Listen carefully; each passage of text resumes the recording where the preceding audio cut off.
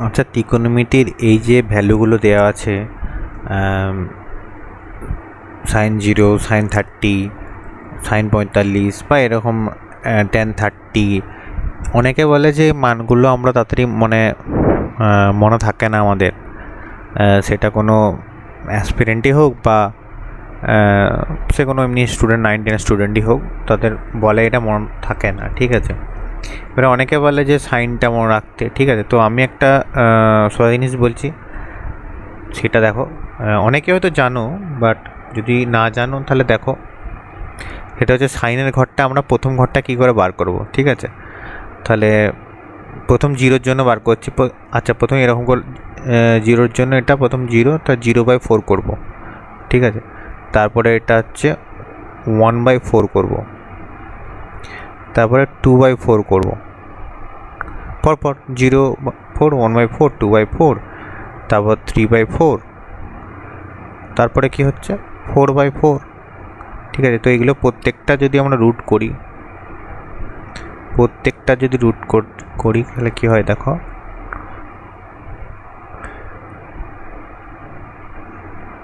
তাহলে এটা হচ্ছে, এটা সমান 0 চলে এলো, আর এটা কি হচ্ছে 1/2, আর এটা কাটলে 1/√2,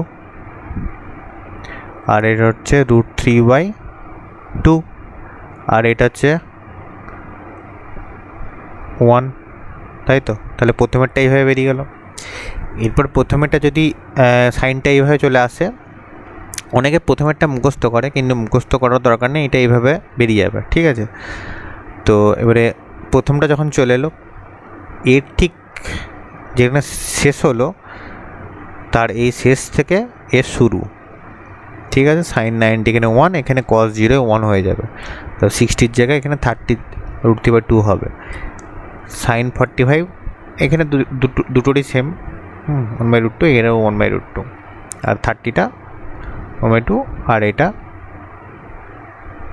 0টা এখানে চলে এলো। ঠিক আছে, এরপর ট্যান থিটাটা কী হয়, ট্যান থিটা আমরা জানি sine theta by cos theta, তাহলে 0/1 করলে 0 হয়, আর সাইন 30 কী হচ্ছে হাফ ভাজিত √3/2, মানে এরকম কী হয় হাফ ভাজিত √3/2, মানে উল্টে যাবে 2/√3, তার মানে কেটে গেলে কী হচ্ছে 1/√3।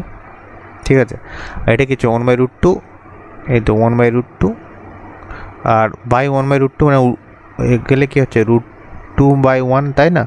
তাহলে কেটে গেলে এখানে tan 45 1 হচ্ছে, আর এটাও সেভাবে ভাগ করে চলে আসছে। আর এটা হচ্ছে আনডেফিনাইট, কেন 1/0, মানে 0কে কোনো সংখ্যা দিয়ে ভাগ করা যায় না, সেই জন্য আনডেফিনাইট হচ্ছে। ঠিক আছে, সেরকম করে এটা আমরা সাইনের অপোজিট, এবার 0-র মানে উল্টো, 0-র উল্টো, মানে এগুলো কি সব 1 দিয়ে ভাগ করা, কিন্তু মানে কোশ্চেন মানে 1 দিয়ে ভাগ করা। হ্যাঁ, এবার 0কে যদি ভাগ করতে যায় তাহলে আনডিফিনাইট হবে। এটা হাফটা যদি ভাগ করতে যায় তাহলে 2 হবে, তাই তো। মানে 1 দিয়ে যদি ভাগ করতে চায়, মানে এইখানে ক্ষেত্রে কি হতো, এখানে ক্ষেত্রে হতো কি 1/0, তার মানে এটা আনডিফিনাইট হয়ে যেত। ঠিক আছে, মানে আনডিফিনাইট ইনফিনিটি।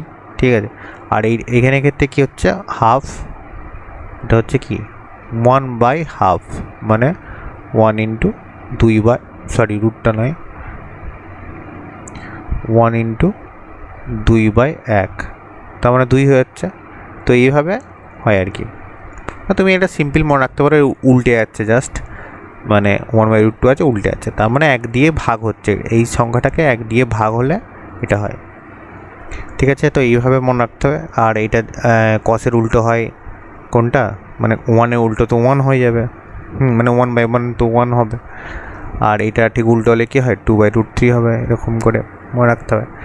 এরপরে তা বলে কি পরীক্ষার সময় এসব করতে যাবে, এরকম তো নয়। তো এবারে এগুলো যত প্র্যাকটিস করবে তত মাথায় গাঁথবে। ঠিক আছে, প্র্যাকটিস করলে অবশ্যই মাথায় গাঁথবে, সবাইকার মানে সবাইকার এইভাবেই মনে থাকে, এটা কোনো বিকল্প নেই। হ্যাঁ, তবে এইসব জিনিস তুমি ফান্ডা এইগুলো সব করে, এটা সেটা এক্সপেরিমেন্ট করে যদি মানে শিখো জিনিসটাকে, তাহলে মনে রাখার চান্সটা থাকে, বহুত থাকে, মানে একদম নিয়ার একদম 100%-এর কাছাকাছি থাকে তোমার মনে থাকবে। ঠিক আছে।